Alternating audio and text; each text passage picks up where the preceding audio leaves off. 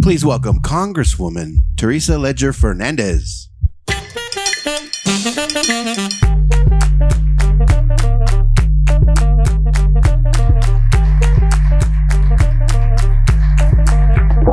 Hello and good morning, everybody. I need to tell you, I love coming to this conference because look at us. Look, I mean, it is just amazing. The tribal leaders, the business leaders, the entrepreneurs, the artists, everybody, we are all gathered here to celebrate the possibility of opportunity. And I'm very grateful to Paulie for talking to us about what is available. I'm going to a little bit talk about, because, you know, we kind of made that happen over on the congressional side. And it is wonderful. And what we need to make sure happens now is that we actually put every single dollar that we passed in Congress. I don't want a single dime of it to stay as an appropriation and not as a highway, as a fiber optic, as clean water, as a business possibility for our communities. So I really want to thank you for having me here today. As you know, last time I came here, I was chair of the subcommittee on Indigenous Peoples, and now I am the ranking member, which is we are now in the minority, and so I'm the ranking member on the subcommittee. It is now called the Subcommittee on Indian and Insular Affairs, dealing both with our wonderful Indigenous peoples, and they have added to that subcommittee. We actually have several islands that are kind of, part of the United States, but not states. I'm really impressed by tribes and the work you do. As you know, I worked for 30 years with tribes, and it is the power in thinking about community that you all bring that I think is how we have achieved the progress we have, from, making sure we uphold a sacred trust responsibility to making sure that we create those opportunities for our businesses, which is what you all do here today. Last time I was here, we discussed the bipartisan infrastructure bill that Polly was telling us, how do you get it down into your community?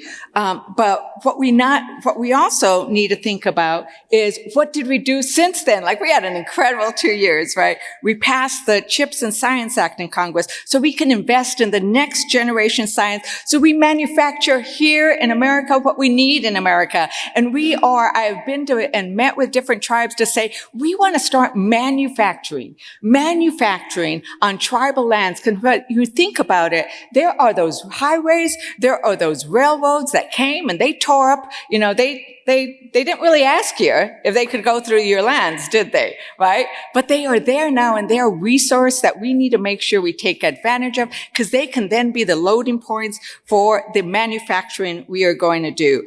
When the Inflation Reduction Act, we include investments for a tribal electrification program for tribes and tribal organizations, so we can provide electricity to those places where you can't flip a switch and turn it on. But we are going to do so. Those places are going to leapfrog, because we are going to do so in a way that has zero emission energy systems. So we should have had that a long time ago. But now that we're building it now, we're going to take advantage of the latest with regards to keeping our planet livable and beautiful. And we need to make sure that as we're doing this, we include the tribal ecological knowledge. Because in the Inflation Reduction Act, we have significant money to address climate resilience. And we want to make sure that it is Native American businesses, that it's Native American tribes that are actually providing the resource to achieve that goal of zero emissions, to keep this planet that you have stewarded so long beautiful. And I am really excited because in that bill, they did include I had a bill called the Tribal Energy Investment Act, so we could make sure that tribes can borrow directly. We moved it from 10 times fold, a much higher amount, from $2 billion. It is now $20 billion of loan guarantees you can get. So let's go after those. One of the big things I'm proud about is that we did IHS advanced appropriations. It is horrible, the idea that our healthcare facilities, whether they're run by you or whether they're run by the IHS, when we don't get a budget, and sadly, we don't always get a budget given where Congress is, that all of a sudden you can't hire more doctors, you can't contract out. Well, we got advanced appropriations for 2 years in our last omnibus, and we're going to make sure, I'm fighting to make sure that we keep that going.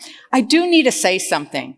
And you're going to hear about a lot of the historic foundational, transformational investments that we appropriated, that we passed. But there is talk by some, not on our side, about cutting back. They want to go back to an earlier year of investments.